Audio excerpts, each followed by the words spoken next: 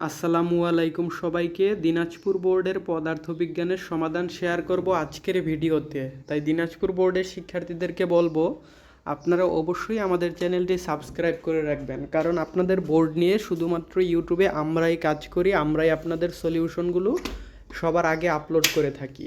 তো এখানে 1 নম্বর প্রশ্নটা যেটা দেখতে পাচ্ছেন, এটার সঠিক উত্তর হলো তাপমাত্রা। 2 নম্বরে হলো খ, 3 নম্বরে হবে খ, 4 নম্বরে হবে ঘূর্ণন গতি, 5 নম্বরে হবে ক, 6 নম্বরে হবে 1, 2 ও 3, তারপরে 7 নম্বর হবে গ্যাস, 8 নম্বর একটি বহুপদী প্রশ্ন, এটার উত্তর হবে 1 ও 3, 9 নম্বর হবে খ, 10 নম্বরে চাপ বৃদ্ধি, 11 নম্বরে হবে 1 ও 2, তারপরে 12 নম্বর হবে সুপ্ত তাপ, তারপরে 13 নম্বরে হবে ক।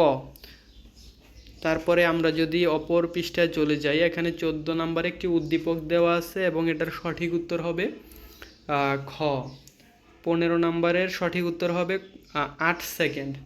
তারপরে 16 নম্বরের সঠিক উত্তর হবে 1 ও 2। 17 নম্বরের সঠিক উত্তর হবে গ। 18 নম্বরের গ।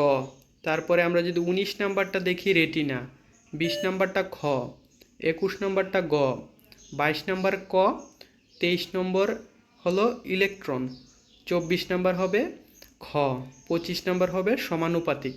তো কার কয়টি নৈর্ব্যক্তিক কমন পড়েছে সেটা কমেন্ট করে জানাবেন, আর আমাদের চ্যানেলটি সাবস্ক্রাইব করে রাখবেন। ধন্যবাদ সবাইকে।